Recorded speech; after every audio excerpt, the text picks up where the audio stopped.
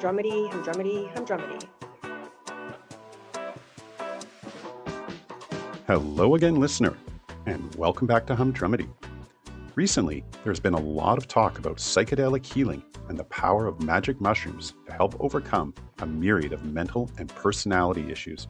At the same time, there also seems to be a lot of questions and concerns about finding experienced practitioners in the field. Now, to misquote the great Jimi Hendrix, are you experienced or have you ever been experienced? Well, my guest has. Dana Harvey previously spent over 3 decades working in high-level corporate communications and investor relations before finding her true calling to become a facilitator of psychedelic-based healing. She is the founder of the Flourish Academy, where she works to provide evidence-based education and guidance to help break the stigma surrounding microdosing therapy. But before we get going, I'd just like to state that this podcast is for informational purposes only and should not be considered legal health or medical advice. All right, let's go. Well, hi there, Dana, and welcome to Humdrummity.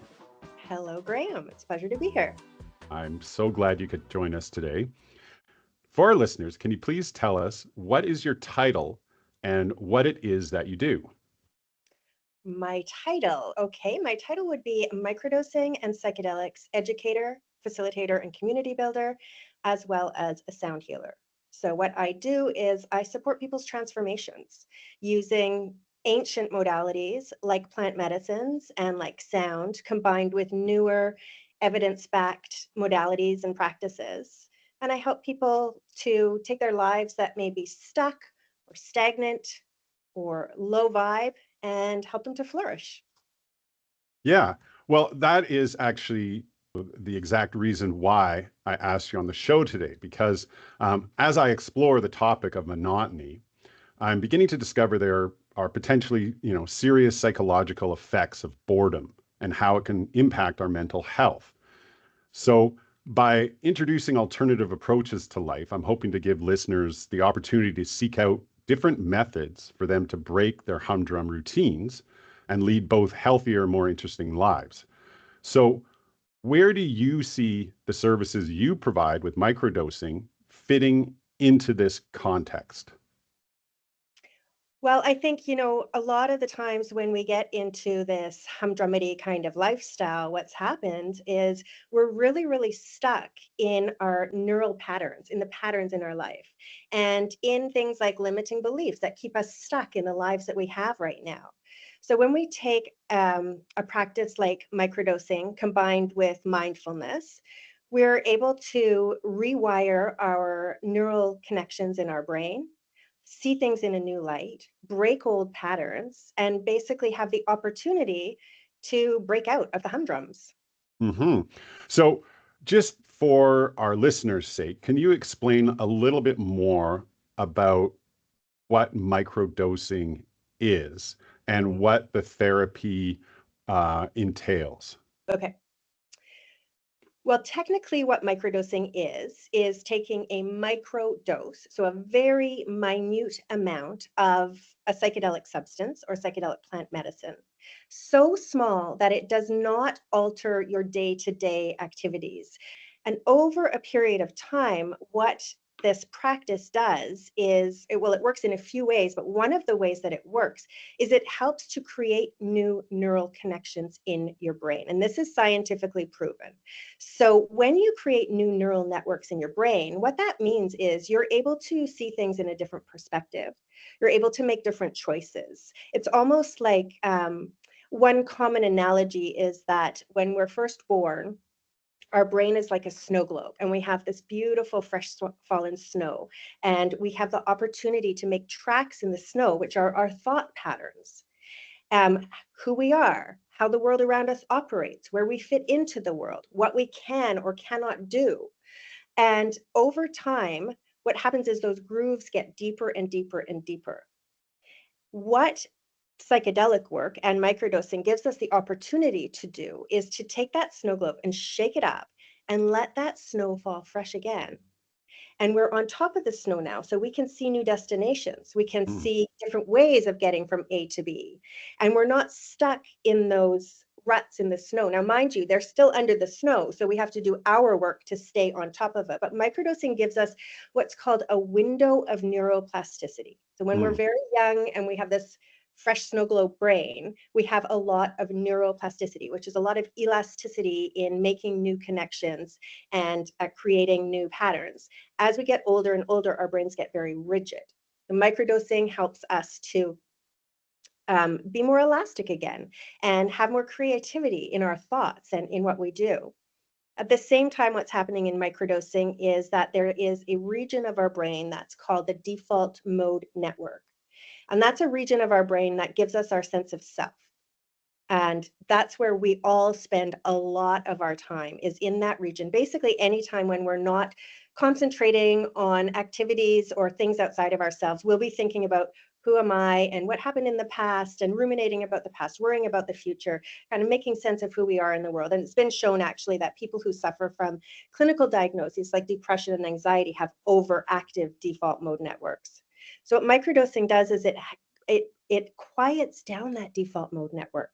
So Mm. we're no longer stuck in what we have decided is who we are. And we're no longer spending our time ruminating about, I wish I'd done this, I wish I'd done that, or being so caught up in worrying about the future. So those two mechanisms alone, I think, give us a beautiful opportunity to break out of the humdrums, see things in a new way, and embrace new possibilities. So, just to educate a little bit more, because there's a lot of misconception about microdosing in regards to more traditional use of psychedelics, right? So the goal isn't necessarily to have some sort of fantastic trip. What can people, take away as far as better understanding microdosing and not thinking of it, under a misconception of using psychedelics for these kind of mind altering trips? Yeah, good question, Graham. And I think that's a lot of my role as a microdosing coach and a microdosing educator is to bring knowledge and awareness of sort of the ways that microdosing works to the world. So because right now anybody can go and get their mushrooms and bring them home and be like, oh, I've heard all about this thing called microdosing, and I'm just gonna take a little bit and like see what it's like, right? And then Mhm. they like it, they take a certain dose, they like it, then they start being like, oh man, I love microdosing. I'm going to like switch from wine to microdosing for my social evenings out. Now, this is not comparing it to the large deep dose journeys, but more to kind of a misperception that's in the marketplace today. So, a couple of things is there's nothing wrong with kind of recreationally microdosing in that Mhm. way, but more than likely you are taking more than a technical microdose. If you are consuming a psychedelic substance in order to have an effect that will somehow alter how you feel or react in the world on that day.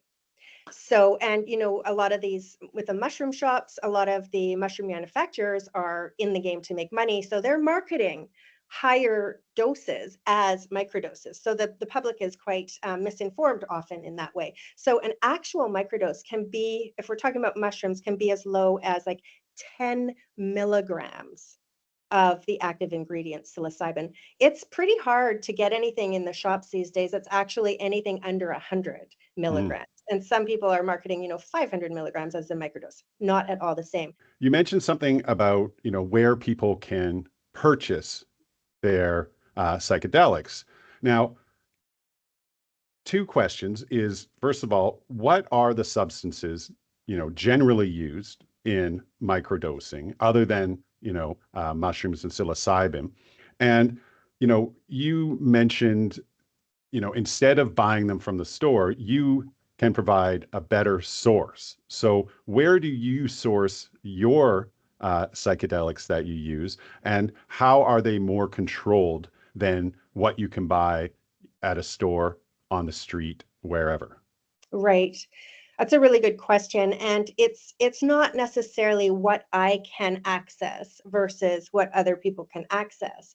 But I think it's really important for the consumer to be aware and to ask some questions and to, if at all possible, know their growers. The mushrooms that I access, I know the grower. I know the cultivators.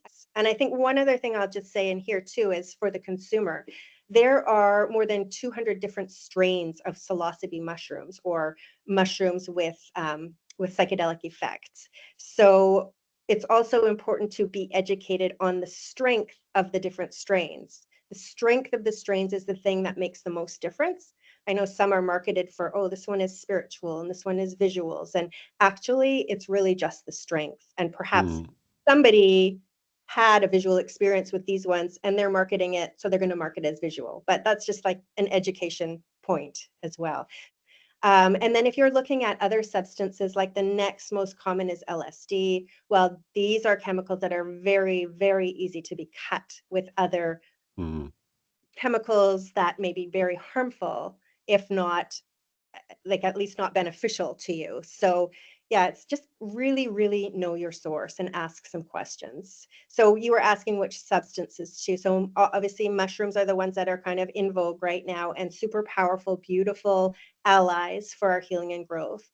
LSD is used very often for people who are really finding their lives impacted by symptoms of ADHD. LSD can be really useful for that. There's another kind of psychedelic mushroom called Amanita muscaria that has a different psychoactive ingredient that is also microdosed. Then there is a variety of different DMTs, which are the active ingredient in ayahuasca. There's 5-MeO DMT, there is NN-DMT. So pretty much any psychedelic substance can be microdosed. The one I would most warn against is MDMA, because there are studies that show potential for heart irregularity and heart valve problems. So obviously, for each individual, they should go through a consultation process before starting to work with psychedelics for any sort of therapy or healing. Now, it would be obviously in their best interest to go and see, work with someone like yourself. During your evaluation process, how can do you, you speak with somebody, you get an understanding of where they're at, what they may be trying to achieve, where they may be trying to go. Do you assess them and then sort of say, well, I think this would be the proper psychedelic for you to use? Sometimes, yes, that's definitely something that I can co-assess with you. But other people come to me because they have a calling. They're like, gosh, I was thinking that I wanted to use magic mushrooms and now they're just showing up all over the place. And I was driving down the street and I saw some and I just feel this thing in me, like it's just, I really want to use this, and I believe in that calling. So if people come to me with a specific calling, I honor that as much as I can. If there's any reasons, medical, mental health, physical, etc., where I would advise against it, I would definitely do that. I have a number of people now coming to me for working with a specific psychedelic that's called 5-MeO DMT, sometimes known as the God molecule, Mm. and it's a super powerful psychedelic. Um, but a lot of people are finding out about it and are interested and have heard some beautiful stories of transformation. For example, with that one, most often I would suggest, if they have never had any psychedelic experiences before, let's work with another one first. Let's kind of see how you go with something that might be not as powerful. Not all, and this is not always, it's not a rule of thumb. This is just an example. Also, you mentioned quite a list of different types of mushrooms and different type of psychedelics you can try. Now, would the experience from one person to another differ? Like even if they're taking the same, type of psychedelic, do do they react differently in different people? Oh, 100%. And even in the same person from time to time, if they're taking the same mushrooms and the same dose today, and then the same mushrooms at the same dose a month from now, they can have radically different experiences. There's so many reasons for that, but I would say the most powerful one is that psychedelics are known as non-specific amplifiers. So they are going to amplify whatever is going on for you, whether it's conscious or subconscious. Hmm. So these are, this is the reason why it's really important to, if you're embarking on a psychedelic journey, or even if you're embarking on a microdosing practice, to become really clear on what your intention is and to have a focus where you can kind of direct the mushrooms, and to ensure that we hear a lot in this world about set and setting. So ensuring that your environment where you're consuming these is really conducive for you. You're feeling comfortable, the people, the surroundings. If anything comes up, you feel safe and held. And then so that's the setting. And then the set is your mindset. So what mindset are you bringing into this experience? If you're feeling a lot of trauma and you're like, I'm going to take a handful of mushrooms and it's going to cure me of everything, hold on, you might go on a very, very different ride. So, and then it's just people's metabolisms, what they've eaten prior to the experience, what their general reaction is to any kind of substances, whether it's caffeine or cannabis or alcohol. There are a lot of different reasons. Also, any kind of medications you're taking, and even supplements. People, for example, if you're taking an antidepressant like an SSRI, most likely your experience may be blunted a little bit because both of these substances work with your serotonin systems. So you may want to kind of calibrate your dose based on the medications you're taking as well. So this is another reason why sometimes working with a facilitator, guide, a coach can be really helpful. For example, when I work with people, I do full medical and mental health screenings. I have doctors, psychiatrists, and pharmacists on consultation call with me. So I really ensure that what we're doing is going to be safe and that, the dose will be calibrated appropriately. So you mentioned about people hearing about microdosing a lot because it is in the media quite a bit. And I think people are hearing about it, they're questioning about it. But I do think, there's still a lot of, hesitation in this world about even things like marijuana. I traveled, to several different countries this year, and it's interesting to hear their takes on even marijuana and how there is still a lot of hesitation and a lot of misconceptions about that. So now we're hearing more and more about microdosing. What are some of the most common misconceptions about microdosing? Yeah, well, I think like for people like you and I who've grown up around here of our generation, we have that whole advertising campaign of this is your brain on drugs and the fried egg, The frying right? egg. Yeah. And just like and horror stories of bad trips because these medicines weren't being used in controlled ways with any kind of knowledge or education or safety around them, right? But really what happened is we came upon the war on drugs. Hmm. And most of these psychedelic medicines were classified in the scheduled as classified as highly addictive, highly dangerous to self and others, and put in the same category as things like heroin, and cocaine and crack. Where actually psychedelic substances, like they're not addictive to start with. They do not have addictive properties, which isn't to say that you can't, become dependent on them as a habit, but they don't have physically addictive tendencies. And they the lowest profile of risk to self or others.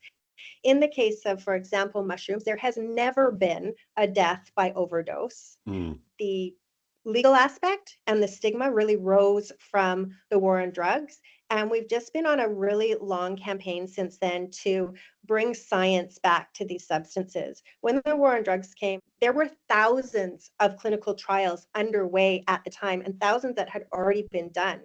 LSD, mushrooms, MDMA, you name it. MDMA was used in couples counseling right up till 1980s. But when Mm. the war on drugs came, everything was shut down. Even if you were in the middle of a clinical trial and you were left hanging high and dry, everything was shut down. And it's only been in the last 20 years or so that that we've been allowed to research these substances again.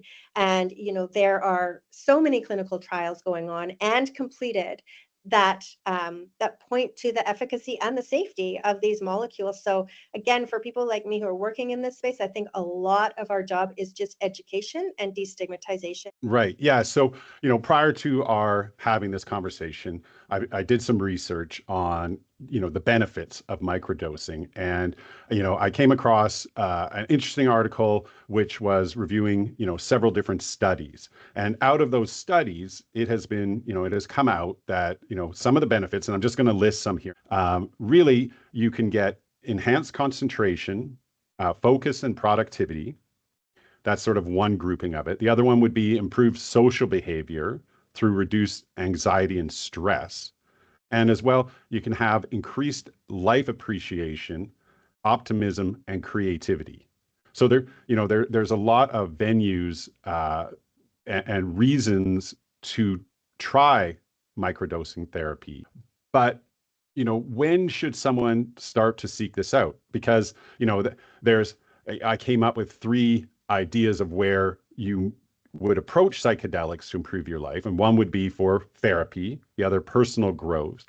But as you mentioned, there's also this idea of an entertaining experience. Now, is the third one potentially dangerous, or is that something we can look to break out of our humdrumedy? Excellent question, Graham. I don't think that there is anything wrong with, like I would say, recreational use of psychedelics, as long as you are educated, prepared, safe, understand what may or may not happen, have other people informed of what you're doing. So, like, I personally, I don't want to position myself as the gatekeeper. Like, Mm, if you want to microdose or if you want a large dose journey, you have to have it in this kind of controlled way, or you have to follow this protocol. But I do think that that is a really important place to start. hmm So start with a coach, a guide, a facilitator, a space holder. Start there. Educate yourself, be comfortable, understand, like go through a safe experience where you can understand how these substances may work with you. And again, don't be kind of looking at that experience to be like a healing or necessarily transformative experience. Really, if you are embarking on psychedelic use of any kind and you're looking for long-term sustainable benefits, it first of all, you co-create with the substance itself. So you don't just lie back and go, oh, I'm going to have this experience, and all of a sudden I'm going to be like, no longer be depressed. My life is going to be changed. I'm going to be in love with my wife again. We're going to have great sex. I'm going to be rocking it at work. Like, very rarely, if ever, will any large dose or microdosing experience bring you those kind of results. But if you look at working with these substances as always like a three-step process, it starts with you, with preparation. How are you preparing yourself? There's many ways to prepare yourself physically, intellectually, emotionally, spiritually. You do the work, then you bring in the psychedelic to kind of amplify and enhance and bring you to like hidden parts of you, your psyche, your subconscious, your past, your generational past, to open that up to you. And then again, you do the work after that. Like, sure, you get insights, you get downloads, you have an experience, your nervous system is rewired, your default mode network is shut down. You have this window of neuroplasticity. What are you going to do with it? mm. Like, that part is up to you. How are you going to make sustainable changes in your life to stay on top of that new fallen snow? Otherwise, you know what? You have the experience. It's an experience. That was cool. It's great dinner time conversation. You're back in the ruts in the snow again. Mm. It's really, it's not never, but it's very rare that just an experience is going to make sustainable transformation in your life. Now, one of the things you mentioned was being prepared. So, two questions on this. Obviously, you have to go in to this experience with the correct mindset, because I'm sure if you bring a lot of baggage, negativity, and things like that and aren't open to it, you more than likely are going to have a negative outcome. So, how do you help prepare somebody to get into the correct frame of mind before Mhm. they are willing to, try this as a therapeutic experience? Right. Well, I think I'll step back first and say, if you're coming with a lot of negativity and you're coming with a lot of baggage, many, many people who are looking to psychedelics for healing and growth come with that. That's why they're coming. So, that doesn't have to be like, oh, I can't come because I have all this shit to deal with. Maybe that's why you're coming, right? But let's look at, of course, we do, medical and mental health assessments. But what we do is we start to incorporate some things like mindfulness techniques, meditation techniques, breath work, things that we can hold on to during the experience that will help to ground us. We talk about, what things might come up, what can be prepared for, and if they do come up, if we're scared, if we're challenged, how are we going to deal with that in the moment? So a lot of it is around regulating our nervous systems. I think the biggest thing to kind of hold on to in a psychedelic journey is kind of a mantra of trust, be open, let go. No matter if you're coming with lots of baggage too, like if you can just trust that this experience is for your highest good. Mm. And if you can let go into the experience rather than resist it, because when we resist it, that's when most of the challenges happen. And can I let go? Can I just allow this to be? And kind of they say that the scariest monsters can become the best dance partners if you let them. So just making sure that you have prepared in such a way that your nervous system is relaxed, you have some tools you can hold on to should things get challenging for you, and that that no matter what comes up, it is for your highest good. So yeah, sometimes you might need to look in that dark closet that has lots of skeletons and it can be very scary, but that doesn't necessarily mean like it's a bad trip. It could mean that one was really challenging, but what you learned and what you benefited from it can make the biggest transformation in your life. Right, the takeaways from it. Now, you mentioned things like being mindful, having mindfulness, and doing breath work. Now, some people may say, well, that is really all you need, right? There's practitioners that do that. So when do you decide, well, I've done the breathing techniques, I'm practicing mindfulness, this doesn't seem to be getting me to the place I want to be? When do you make that decision that, well, maybe psychedelics is what I need to help me get to the next level? Hmm. Well, let's add into breathwork and mindfulness. Let's add in talk therapy as well. Like maybe you've done 10 years of talk therapy and you're like, shit, I'm still stuck. Like this is just isn't working, right? So um, I would say in most cases, it's a calling. Right.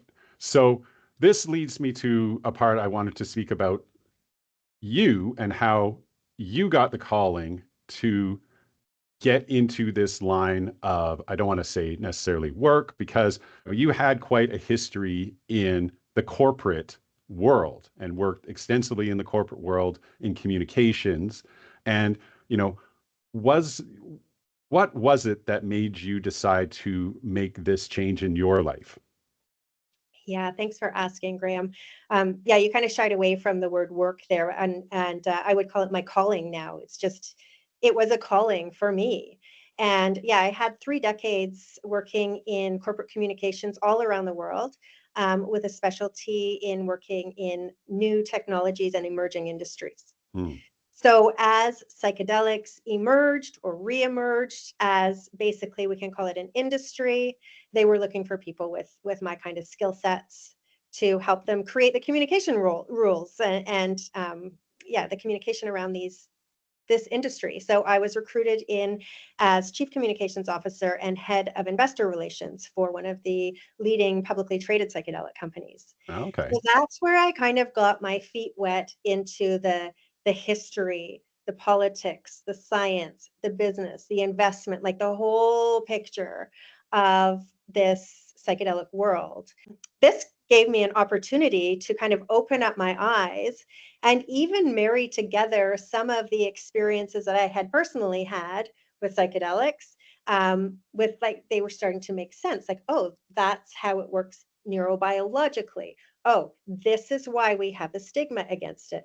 Oh, that's why laws were set up, and everything kind of was falling into place.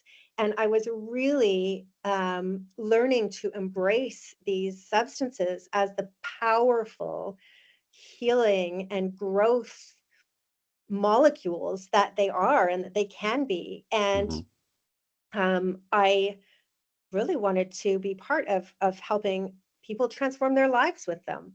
But my audience in the role that I had was investors. When's the money coming? When are you making the money? How can you curve the communications to make it a better investment for me?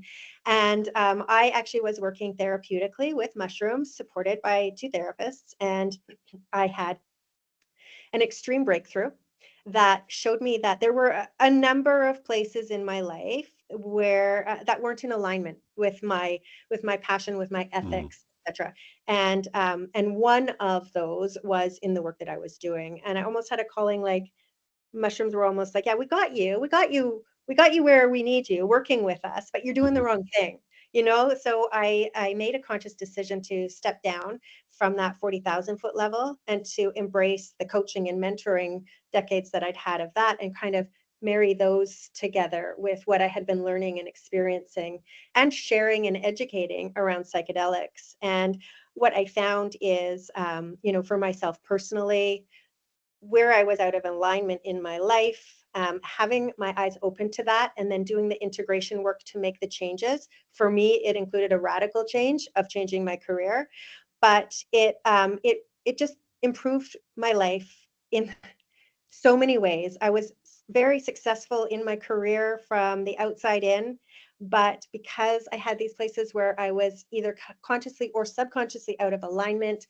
I was feeling inside like stuck, anxious, just like not fulfilling my true potential, not flourishing. Hmm. And through my own work with these medicines, I have, really, really changed my life and changed my levels of happiness and joy. Another thing you mentioned is ethics. So obviously now microdosing is becoming more common, more accepted. But when you speak of ethics, and we previously talked about policies that were, against microdosing, about against psychedelics, we now have big corporations investing into, microdosing. So are they willing to put their ethics aside because now there's money to be made? And is this changing political viewpoints and maybe people that were against such therapies because there's money to be made now in this type of product? Let's face it, we do live in a capitalist world and we do need to make money. Hmm. And, it would be lovely if those of us who are so passionate about this and motivated could offer our services for free, but we just don't live in that world, right? But I think it's gone to a real extreme because also, people kind of see what happened in the early days of cannabis investing. Hmm. Not so much now, but in the early days, and they kind of want to get on that bandwagon fast because they see that this could have the same potential. Um, and then even if you're looking at things like regulation and government regulation. Well, that's a perfect segue into my next topic I'd like to discuss. But what are the legalities at the moment regarding, psychedelics and even practices such as yours? Because these substances, in Canada are not legal. Yes, great question. So what you'll see is, because of the newly emerging scientific results that are showing the efficacy and the safety of these substances, regulators and governments around the world are getting on board because it's undeniable. Mm. So if you look at our friends in the States, they have states where where psychedelics are legal or are decriminalized. Hmm. They also have municipalities where, like, just certain cities where they're legalized or decriminalized. We can't do that in Canada. That's one of the reasons why Canada was the first country that fully legalized cannabis, is because all of our drug laws happen at a federal level. Now, what Health Canada is doing now, which I think is pretty smart actually, is they're leaning towards these clinical trials. So they're approving more and more clinical trials.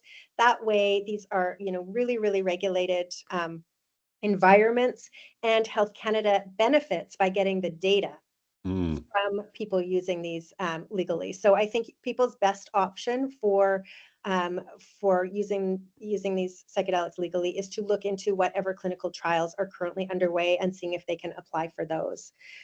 For people like me who are, I support people who are independently choosing to use psychedelics for healing and growth and personal development. And I'm personally positioned as harm reduction. right. So I am going to help you prepare. I will be with you during your journey, and I will help you integrate your journey. I'm not getting you high. I'm not giving you your drugs. Right. So You're not a dealer. I'm not a dealer. So please don't ask. Okay. But yeah, so I think that is kind of the safety net that people like myself doing the work that we're doing, we have, is that we are considered harm reduction. In regards to that, first off, I would, I think it would be interesting to know, and I think I should ask you, what sort of training did you have in order to, obviously, you can't be licensed to what you're doing, but someone's going to come to you. How can they know you are a reliable person to trust Mhm. in taking this type of therapy?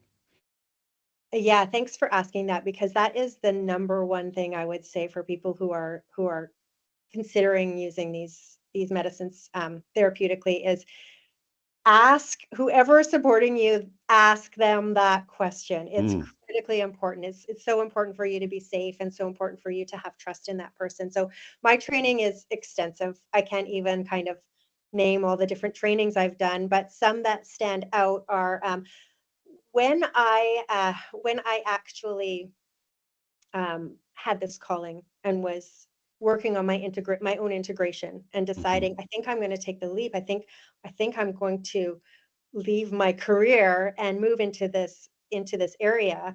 The person who had the most faith in me was my therapist that I was working with, who had used these medicines with me, and that person kind of supported me in learning how to work with these medicines and allowed me to mentor with them and to apprentice with them. And so that gave me a lot of insight and experience and confidence actually in the early days. And then I did all these different trainings.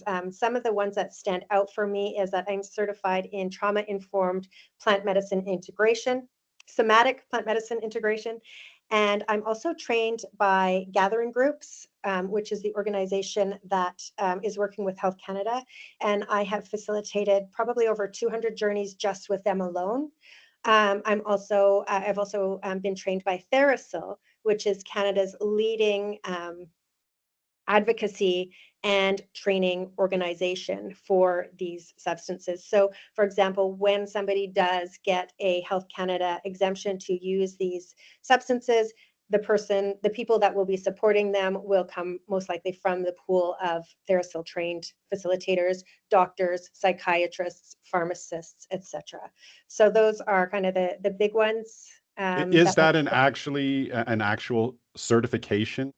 they do have certifications. Yes, they do. I think there's so much more than certification though. Like I think certification is what we need in these nascent days for sure to kind of have that approval stamp. But um, there are no regulatory boards. So the way Mm, that therapists or doctors have colleges that regulate what they can and cannot do, that provide support for them and peer support for them. We don't have that in this space.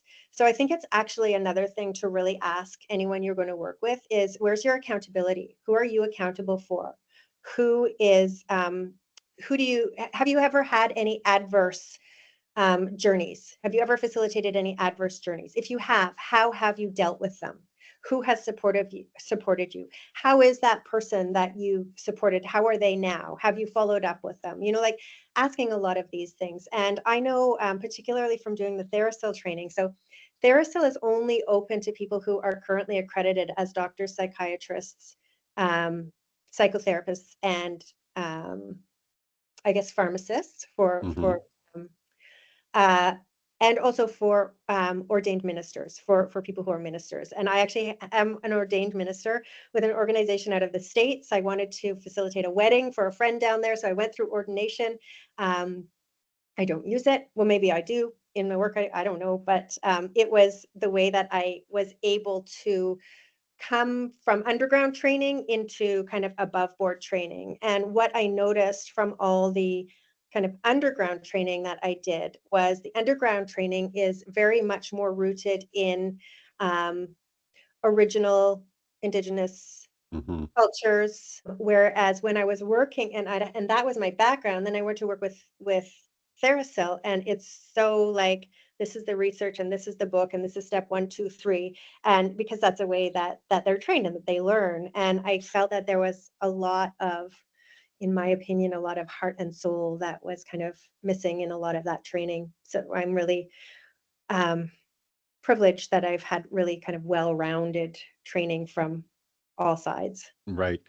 Okay, so you listed a group of professionals who can administer this type of therapy, and you mentioned ordained ministers.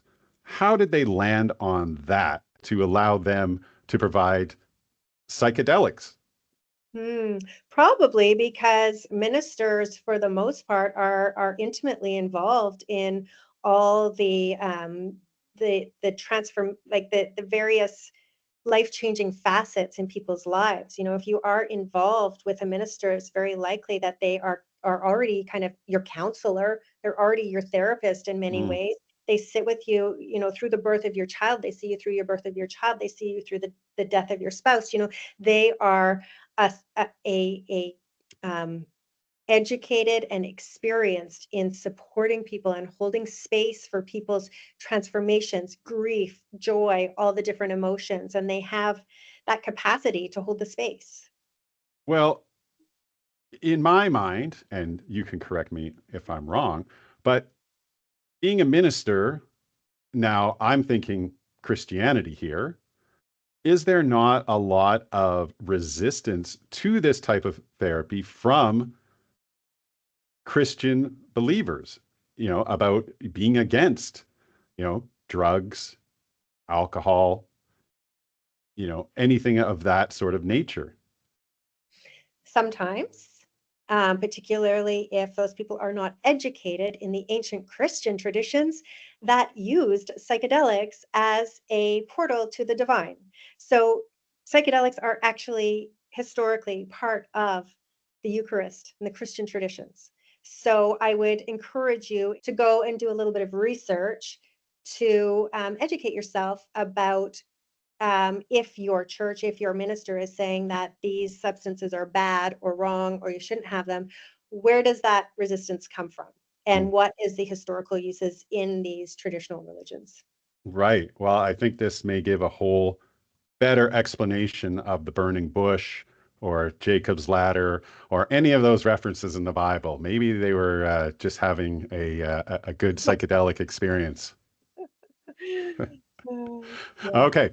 So we've talked a lot about all the benefits of psychedelics and microdosing therapy. What are some of the potential dangers that could come out of this type of therapy? Hmm. Well, interesting that you said this type of therapy rather than just psychedelic use. Mm, Because if you're looking at psychedelic use, I would say like just doing it, taking them in an uncontrolled environment without education, with the wrong set and setting, and doing really stupid things. Um, but as far as therapy, I would say some of the biggest kind of things to be aware of is number one might be expectations. So if you come into this kind of therapy with a really big expectation, like this is going to change my life, I'm just going to have this experience and everything's going to be hunky dory. And then you have the experience and everything's not hunky dory. mm, You may, you know, if you're maybe suffering from depression or something, you may exacerbate that depression if you are not supported and if you are not accountable, if you are not shown that with expansion comes contraction, and healing and growth is not linear, and let's look at what's going on that's making you feel this way, and let's use your experience to kind of propel you through this. So this is, again, a really good reason to be working with somebody. Also, expectations, I find, sometimes people go in, expect, even if they say they have no expectations, they're like, I expect visuals, I expect to meet Mm, my grandmother, I expect generational healing, and they have an experience that maybe is very nondescript in a way. And mhm, they come out and they're really disappointed. And it's not until over the course of time and doing some more work that they just realize these subconscious shifts that have happened because these medicines have come in and actually rewired your brain and reset your default mode network. It didn't have to happen through visuals and meeting God and all that kind of stuff. It can happen at such a cellular level that the experience itself may not be what you expect, even if you think you have no expectations. Now, I think on the other hand, or not on the other hand, but additionally, um, psychedelic experiences have the potential to be very destabilizing, mm, shake you up. Our egos are well established and they are very comfortable in the status quo. And when they get rocked and shaken up, it can be very uncomfortable and it can like cause destabilization. And again, if you are working with someone, with a therapist or a support person who knows these patterns and is able to support you through this and to work with what you're going through, then that's critically important rather than mm, just being on your own, totally life shaken up. And when this happens a lot is when people go to like ayahuasca retreats in the jungle somewhere, they are not prepared. They got their list of what they should bring and they're like going for a healing journey. And, maybe they had a Zoom call with the other people, maybe not. Maybe they're just going in. They go in, they have these intense experiences, huge downloads, like life changing insights. And then plunk, there they are back in their real life. And they're like, what the heck just happened? mm. And how do I make sense of this? And what am I supposed to do with my life now? And I've changed because I went, but my spouse didn't. And now there's friction in our marriage and like all these things, right, that can happen if you're not supported on the integration side as well. Right. So would you say that one of the things that comes out of doing psychedelics in a, controlled environment or at any time is, do people get open to vulnerability? And maybe that's part of their negative reaction to them because they become vulnerable, they don't like what they see, and they panic. They, immediately want to exit the situation, cannot exit the situation because the psychedelics are still working their way through their body, and they end up having a negative experience. Yeah, I think that's a really good way of putting it, what can happen to some people, because, we we work really hard at suppressing our vulnerability. Hmm. There's not actually a lot of places and communities where we can be actually our own true authentic selves, even to ourselves. We have responsibilities, we have work, we have like all this kind of stuff. And vulnerability can be um, destabilizing, really. Hmm. So opening yourself up to that vulnerability definitely can be uncomfortable. Growth is uncomfortable. Healing can be uncomfortable, Hmm. So if you don't know what to do with that, how to process that, then yeah, you can be left kind of really rocked. Right. Now, from your personal experience, have you ever had to deal with somebody having, quote unquote, a bad trip during their therapy session? Oh, absolutely. Yeah. And not to say like you should expect it, but absolutely. People have had experiences that they find scary or threatening or challenging. Um, and so, holding the space for them and being able to maybe talk them through what's going on, being able to encourage them to go there with openness and with curiosity rather than with resistance. There are ways that we can support you through the challenge. And I just don't like to call them bad trips, because I've never had a challenging trip that didn't end up being beneficial. Right. But in the moment, what do you do to help that person through that moment, as we said, of vulnerability, that moment of feeling scared, overwhelmed? Mhm. What do you do as a professional therapist to sort of guide them back to, a point of stability? Yeah, I hear what you're saying. I would step back, first of all, to the preparation work that we would do before the journey. So hopefully, if an encounter like this comes up, they already have some tools that we've practiced that they can consciously draw on themselves and just go like, okay, this is really like freaking me out and I don't know what's happening here. I'm going to turn my attention to my breath, and I'm just going to watch my breath come up and come down, and I'm just going to like focus here, something like that. So Mm, there's lots of tools that we work on to prepare with beforehand. Then in my role, there's, it depends on the person. There's a number of different things we can do. Physical touch can be really, really beneficial. Just hand holding the bottoms of people's feet, mm, shoulders, the top of the heads, can bring this comfort and warmth to them.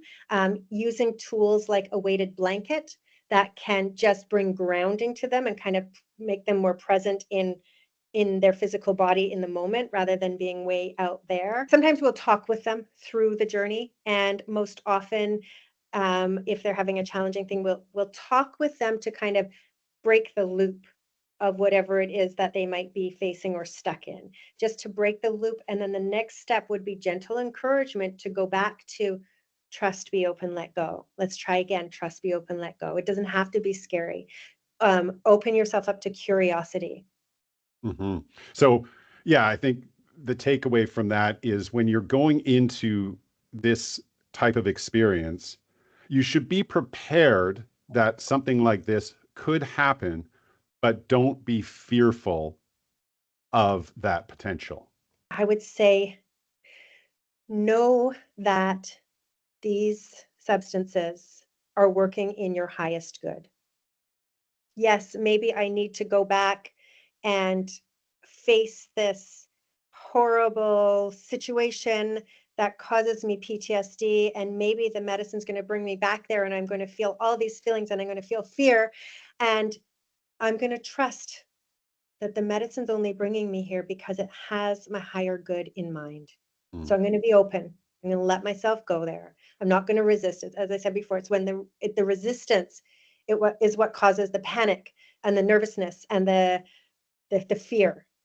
So just to come with curiosity and openness. Just to finalize our discussion on this topic, how do you know when you're done? When you have completed your journey of therapy, your journey of healing, how do you know when it's over? Or is this a lifelong practice? I don't know. I think we're never done growing. I think it never ends.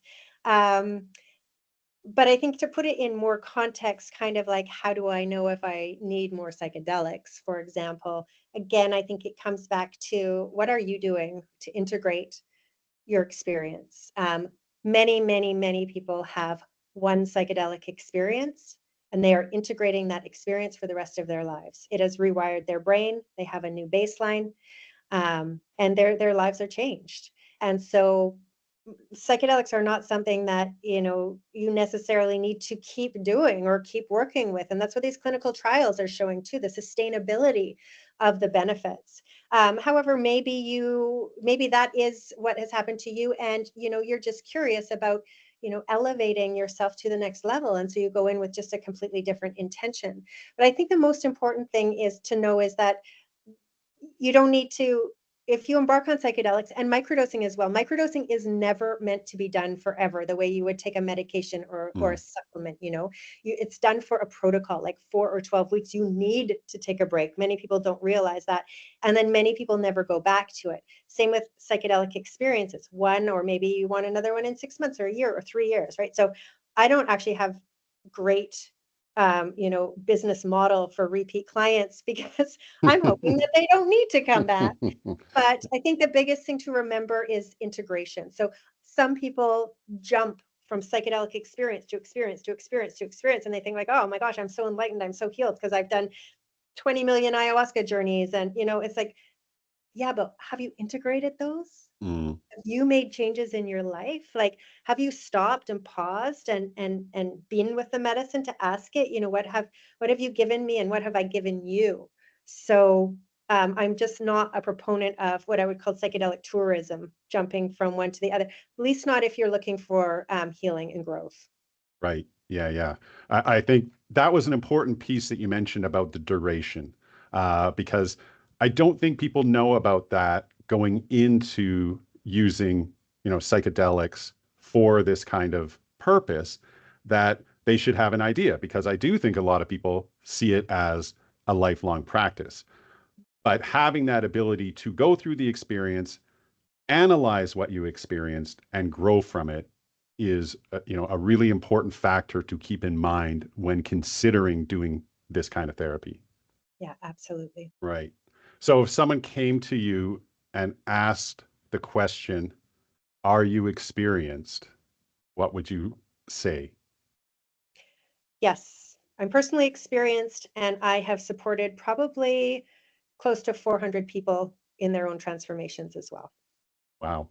I hope you can continue to help people along their journeys. And I'd like to thank you, so much for your time today. And I wish you all the luck in your continued work with your calling.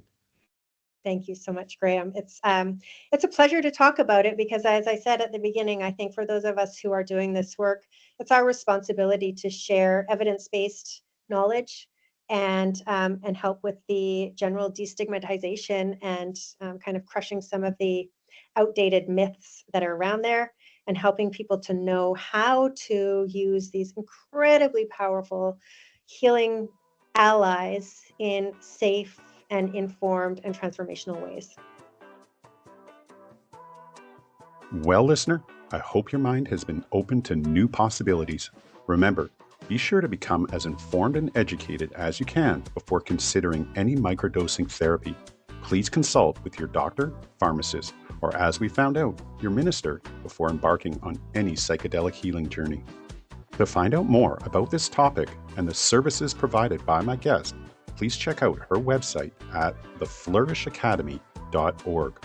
Also, don't forget to follow Humdrummity and comment on this or any of my other episodes.